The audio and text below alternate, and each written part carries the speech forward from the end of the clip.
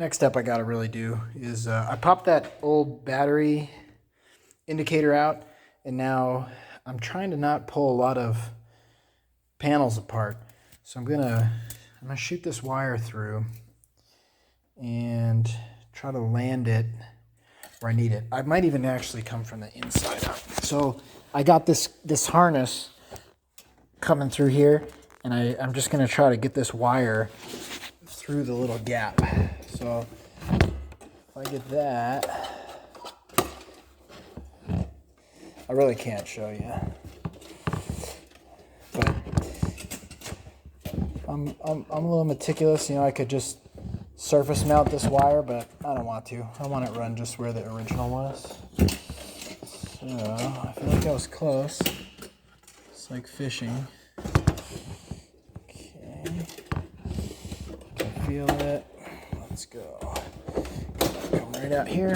Okay, I got the wire, and I'm just gonna do this really simply. Just gonna spin this wire right here, so it'll pull. Just kind of fish it through.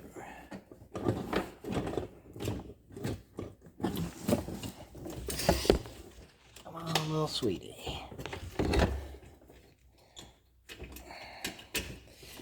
Okay.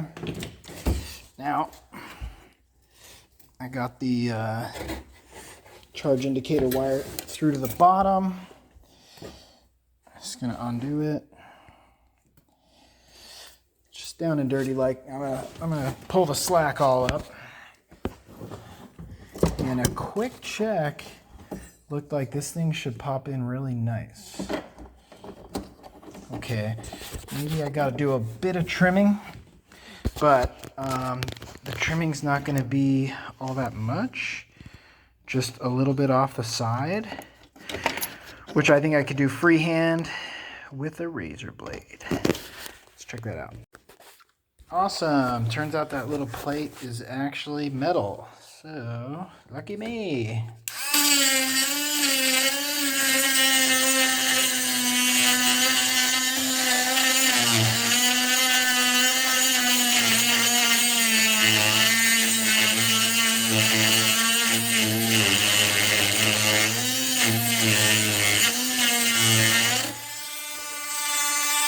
Pretty close. Needs a little help. All right, I think I'm there. So just gonna fit this baby and click, click, click. It's just a little tight. I might need just a tiny bit more work. It's close. It's very close. But I either gotta get it to pop in just a little bit more, or I gotta trim it just a little bit more off. Alright, it should be there now. Click, click, click. Okay, all four corners are in. So that's not gonna do anything until it's all powered up, but I wanted to get that in and set. And now I've gotta run this wire, you know, get this. I probably will get everything rough run and then come through and do a lot of zip ties and fastening. But yeah, just gonna pull that one through and get it connected to the battery pack. All right, so I got it pulled through the bottom real clean, and we just make that connection. Can line up the little pins, and then, you know, I don't think I'm gonna fasten that a whole lot. That's not a heavy cable or anything I'm worried about rubbing. So that looks pretty good. Now for the next part, it's really cool, this kit. There's a lot of cable here, so I'm gonna have to kind of bundle it up, you know, probably something like this, but I'm gonna keep it nice and out of the way. So I'm just kind of finalizing how that's gonna look. And what I'm going to do is I'm going to make all the connections while this is loose and easy to work with. While this bus bar, it's kind of like a junction too, is loose and easy to work with. And then once I get all the connections, I will slide that back and bolt it down. So right now the connections I'm going to work on are going to be the charging port. Actually, the charging port and the main positive and negative to the cart. And then after that, I've actually got to make up a little harness for the DC to DC, 48 volt to 12 volt. So I'm going to start working on that. Okay, so here's that converter. It's just standalone like this. It did not come with the kit. This was like an Amazon separate deal. So here's the wiring diagram for it. Good, so we can see it pretty good. So the red and black that are next to each other, these two, are going to go to the bus bars, and that's going to be 48 volts. And then these two are going to go to, as they say, the load equipment. So that's going to be all the 12 volt stuff.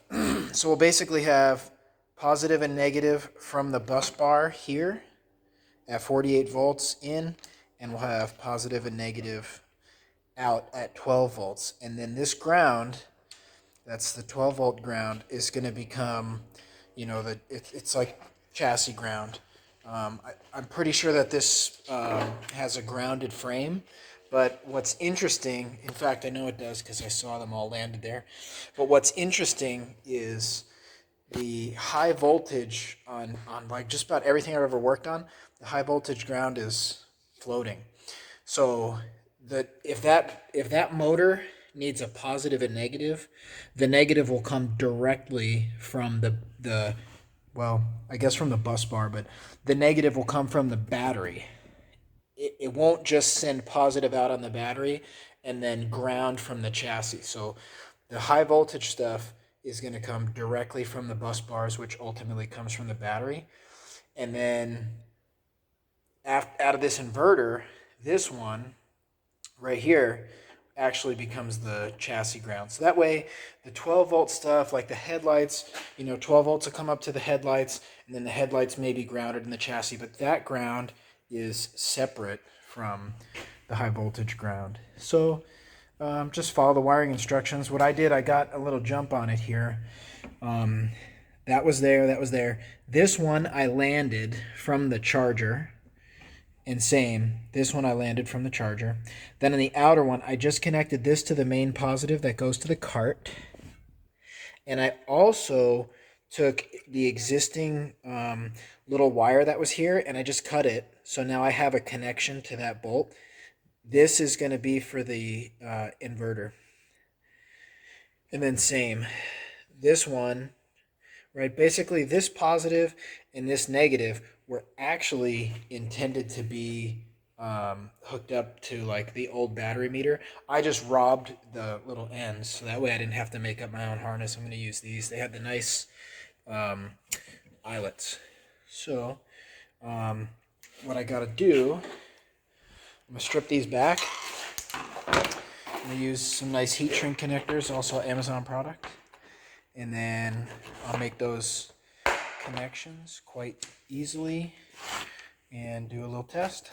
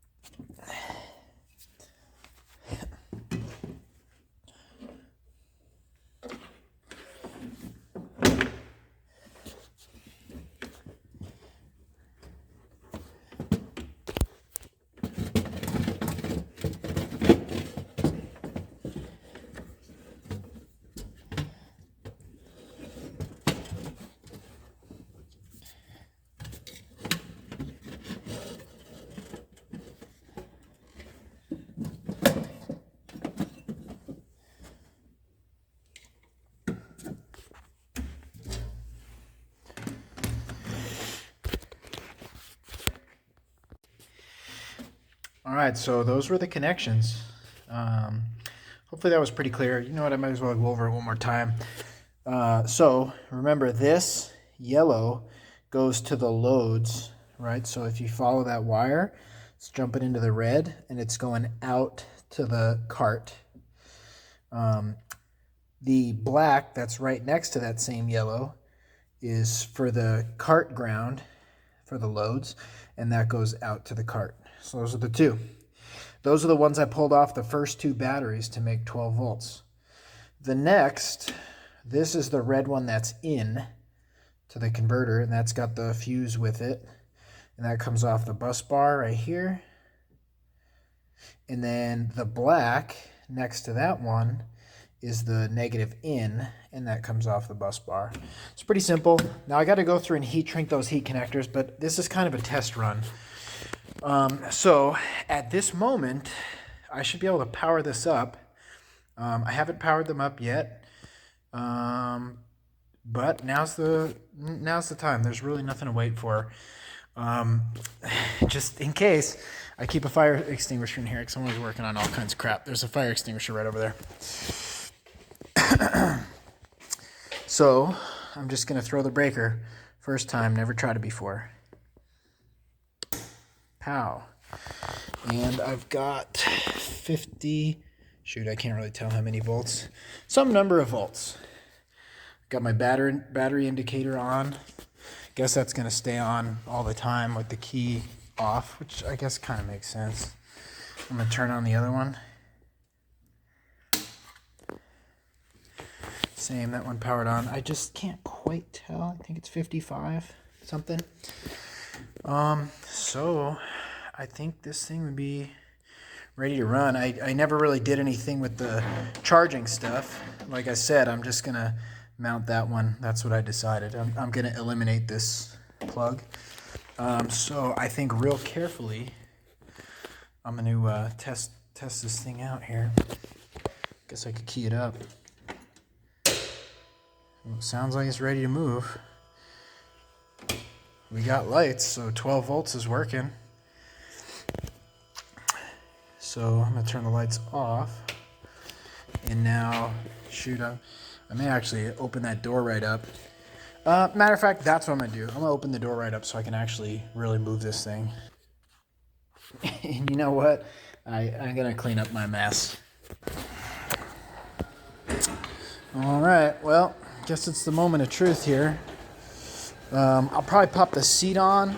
I just gotta really remember that I got loose stuff in there, but this is just to test mostly if the battery management system is gonna trip on a heavy load, because this cart's a beast. It's got the two controllers. It's got one controller for two motors.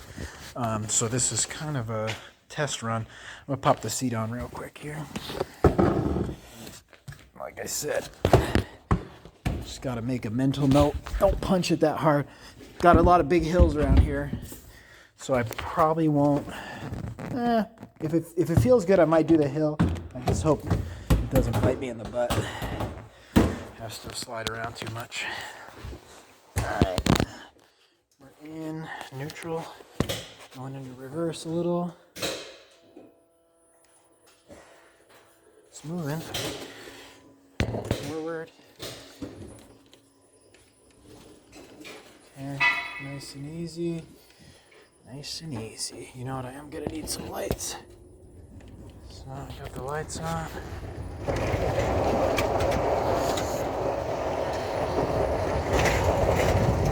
Man, this thing rips. That was a wide open pull.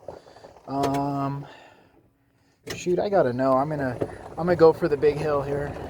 I noticed the battery voltage drops low.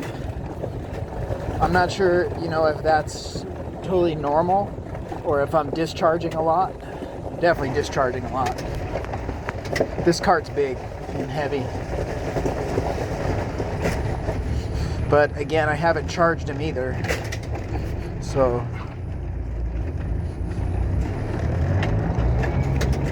man, it moves. It's quick compared to how it was for sure. So here I'm gonna creep down this hill. This thing has regenerative braking, which is pretty sweet. So yeah, I'll help it out a little and keep it rolling. So the real test is gonna be, I guess you can kind of tell it's a hill. The real test is gonna be running wide open up that sucker as fast as it'll go. And if it doesn't trip the BMS, I'm good. If it trips the BMS, I've got to add a third battery pack, which is about another $1,000. So we'll see. And it's pretty cold out right now too. Alright.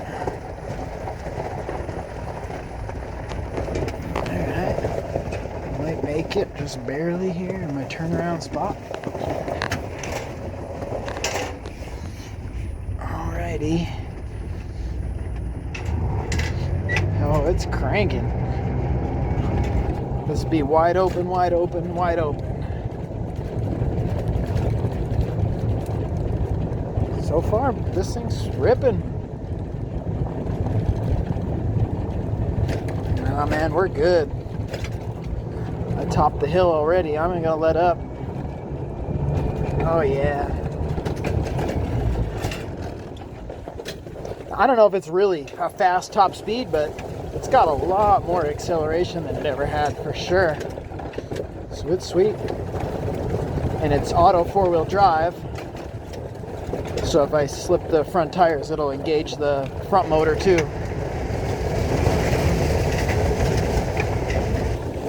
Yeah, sweet, man.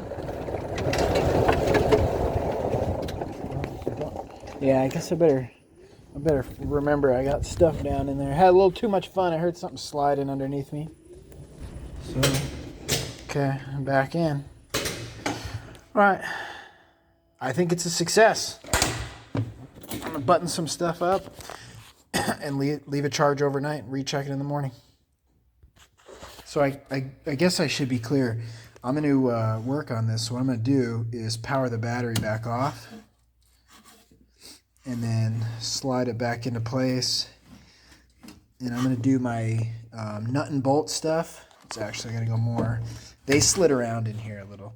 So that battery's off. I'm gonna power the other battery down. Just powering them down by turning off the breaker. And then I'm gonna go ahead and land these. Yeah, see, now that thing is freaking out because the battery voltage is low because I just turned them off, which is what I want. So that's all. You know, I think you pretty much see what I did. So I think I'll just skip the video part on anchoring a lot of the stuff. I'll go ahead and I'll heat shrink on video, but I'm gonna get some stuff bolted down here. Simple, simple, simple. Just get the heat shrink connector, heat gun.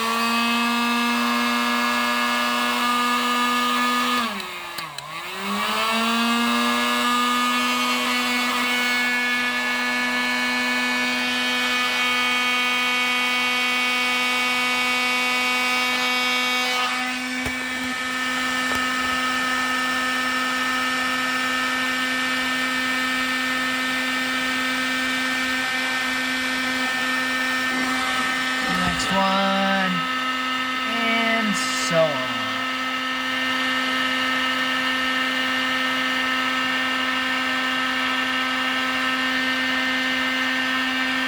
Get the idea. First charge. So I'm gonna leave it overnight charging. Update in the morning. Alright, next day. Check this out. This hill's a beast. Thing just flies up it, no delay.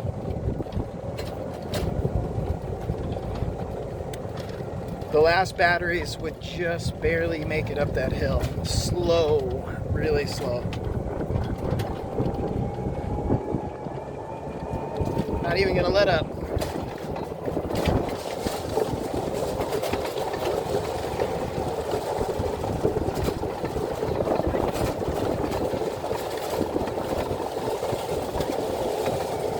I don't know how fast that is, but it's a lot faster than it used to be.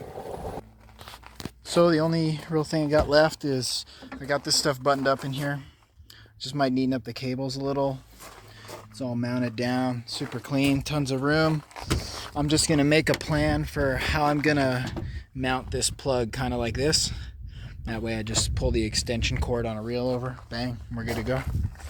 So super happy with it. It turned out really good. When I'm running it, you know, this voltage does drop under load. So the way you really check the charge level is you just let it sit for a bit. So that's how much is in it right now. So it's cool. Turned out sweet.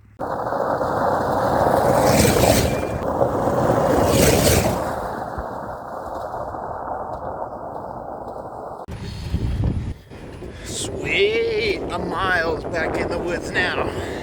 In this trail, you can see. So it's going really good. I wouldn't even have remotely attempted to try this on the regular batteries, but as you can see, the charge indicator pretty much shows low all the time when you're going up a hill or like under a lot of load. So this is a little tip I figured out so far. Let's see, this is actually pretty rough here. It's exposed granite, but this cart's 4-wheel drive, so we're crawling it. So, like right here, I'm kind of curious how much battery life is left. So I'm just gonna stop for a minute. So we're looking at, so far, just the red and 1 bar, but I suspect it might come up another one if I wait a little longer. So that's really the thing. So I'm gonna go probably a little further up here to a point where there's a cool view, and then I'm gonna turn around and go down. Now obviously I'm gonna use much less electricity going down than I am up. So you can see it just added 1 more bar. I think that's probably realistic. So you know, I'm probably roughly half usable, which is good because I'm almost to where I want to go, and the way back is gonna be downhill. But I mean, I'm out there, gone miles on this trail already, so it's awesome. All right, we're on the edge of our off-highway vehicle area now. Let's see, there's some recreational trails. We got this. Yeah, it's some sort of red bird. Maybe a vulture or a hawk. I can't really tell. It's too far. But man, this thing is sweet. And I didn't track the miles, but I mean, this is just uphill, 4-wheel drive, spinning the front tires, spinning the rear tires, bumping and clunking. So it's probably not going to be all that many miles of range, but just to be able to make it to here is impressive. So definitely happy with the product, and we're still showing good, you know, pretty good battery life. You know, I'd still say call it about half. So sweet. And we're back with that much battery left. So that was pretty much that was an hour trip to that point and back to here, with probably 15 minutes of it not running. So, and you know what? The battery bar just jumped up a little bit more. So I would say maybe this has half usable. I'd say it might be a little under, but you know, clearly with these batteries, and most of that was wide open, full pedal, and rough terrain and spinning tires and all that type of stuff. So I would say this would probably easily go 2 hours on flat road. But even with that pretty severe duty, I would say 45 minutes of actual running and maybe half throttle, so, or maybe half battery. So I think this could do an hour and 15 to an hour and 30 of hard use. A lot of load, a lot of, I wouldn't say abuse, but very, very demanding, and still be able to get back, which is, I'm not going to use this for an hour and a half, banging around, clunking around, and up and down hills on any regular basis. And my father-in-law's certainly not even going to come close. So I would say that the two Eagles are more than enough. And I didn't have any smells or any noises or anything back here. Everything was all good. Now, if you really wanted to push it, let's say be able to go 3 or 4 hours under those hard conditions, you could expand these. You could do more Eagles. You could do I want to say it might have even said up to 8. But I know for sure they sell a kit with 4, so that would double this. I mean, I guess it depends on what you're really trying to do. This machine was originally made to be a hunting machine. If you were going to go out hunting all day, you might probably want 4 batteries. But I'm pretty impressed with the product. I really am. Definitely been good, and it should last at this range, for 10 years. And no maintenance. So, sweet. I was thinking about it. This would be another good check. We're at, 52.3 volts still.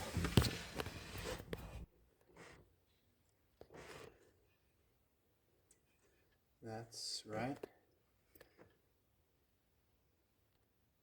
52.5. Hard to see. 52.3. Shoot, I think this probably has at least half range remaining, but I'm gonna give it a charge. I just don't think I'm gonna take the time to really actually drain this thing to dead, which is good. I mean, just the fact that it's run my patience out and it's not dead is wildly different than how it was with the junky lead acids over there.